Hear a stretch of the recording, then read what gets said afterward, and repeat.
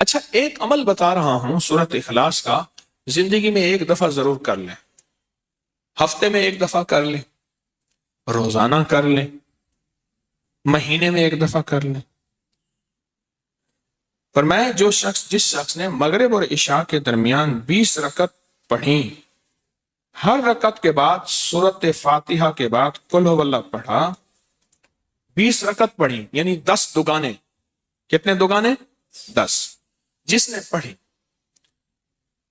پڑھی مغرب اور عشاء کے درمیان 20 رکعت پڑھی، پہلی رکعت میں فاتحہ کے بعد ایک دفعہ قل ہو اللہ بس پڑھی، توجہ سے، دھیان سے، خشوع سے، درد سے، جلدی نہ کرے۔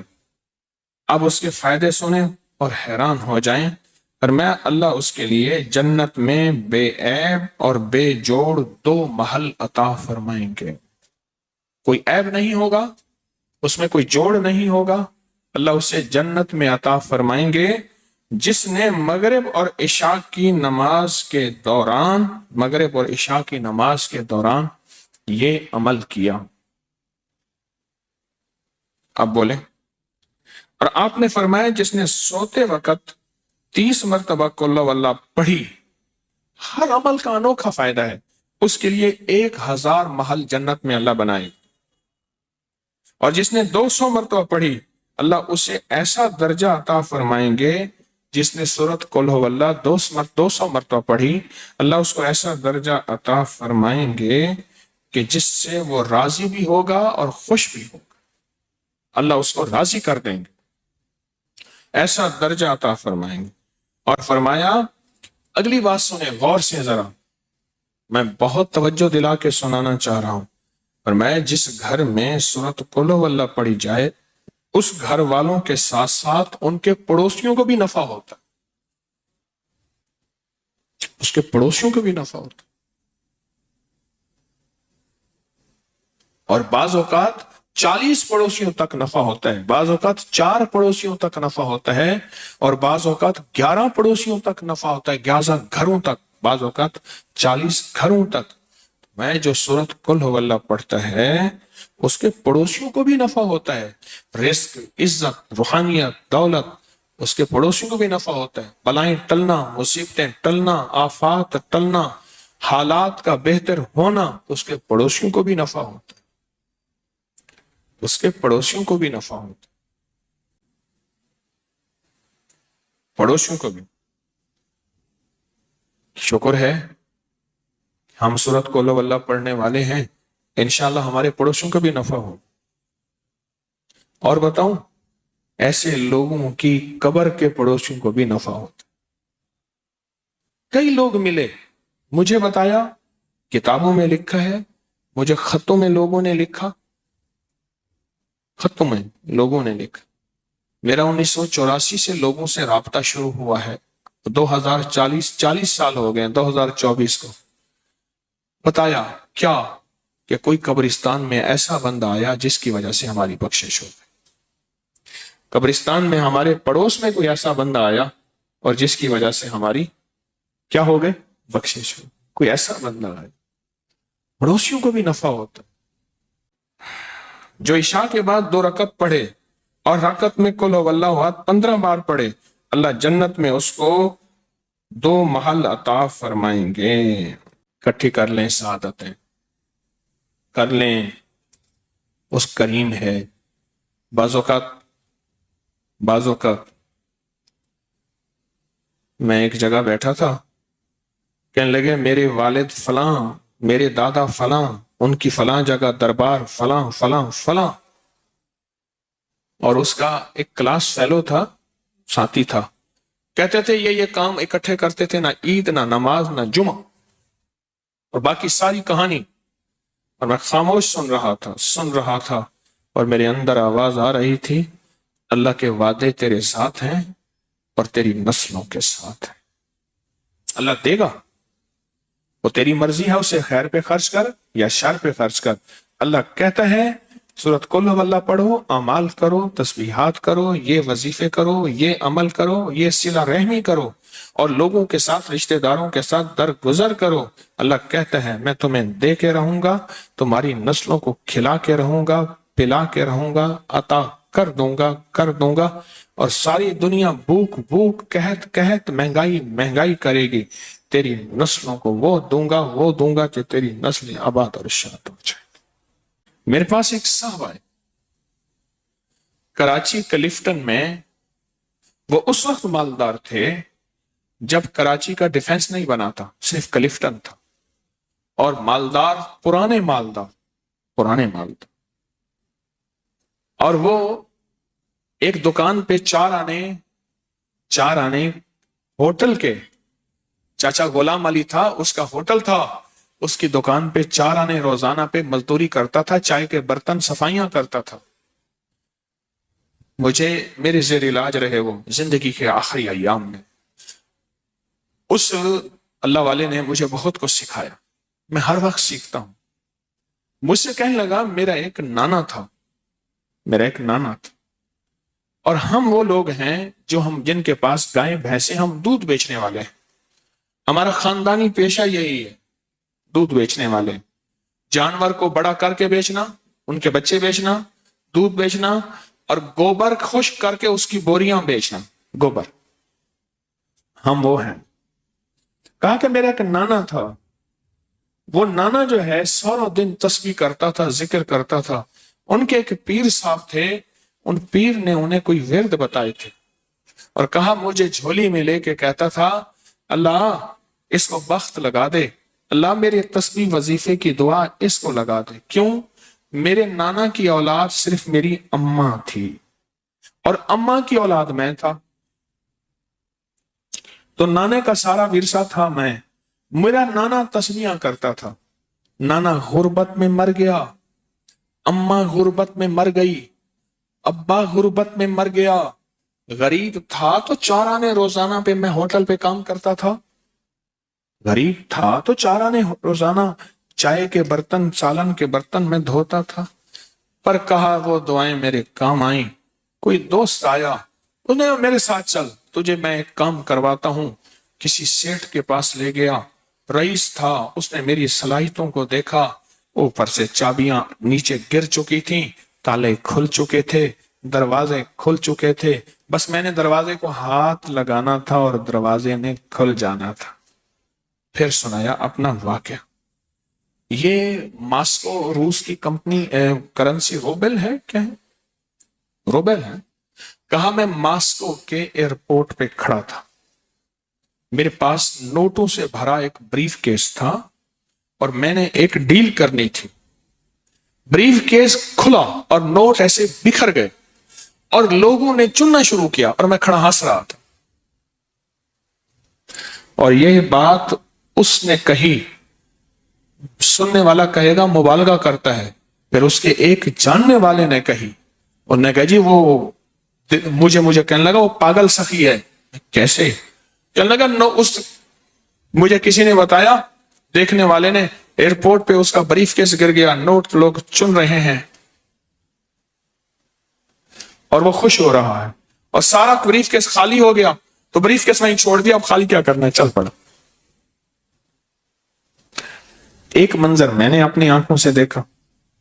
2015 میں میرے ساتھ ایک کراچی کا رئیس اعظم تھا، وہ سگار پیتا ہے دنیا کا مہنگا، تو ہم ترکی میں تھے، تو اس نے کھولا ایسے گرینڈ مارکیٹ بازار میں ترکی میں، اس نے کھولا نا، اس نے کھول کے ایسے منہ میں رکھا، دیکھنے والے نے ایسے حیرت سے دیکھا اسے، ترکی میں سموکنگ بہت ہوتی ہے، ایسے دیکھنے والے نے ایسے حیرت سے دیکھا، اس نے آنکھیں پڑھ لی، اس نے آگے ایسے کر دی، اس نے لے لیا، دوسرے نے دیکھا، اس نے لے لیا، میرے کھڑے کھڑائے ڈبی ختم ہو گئی، پتہ چلا 50,000 کی ڈبی تھی۔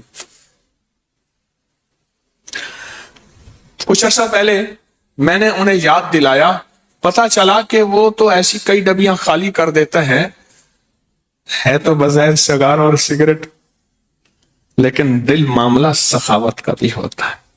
بظاہر تو یہ ہے، بظاہر تو وہ نوٹ ہیں، چلو ہمارے پاس مال نہیں، ہمارے پاس کچھ چیزیں نہیں، ہمارے پاس بریف کیس نوٹوں کا بھرا ہوا نہیں، ہم لوگوں کو سورۃ قل ہو اللہ کے نفع تو بتا سکتے ہیں۔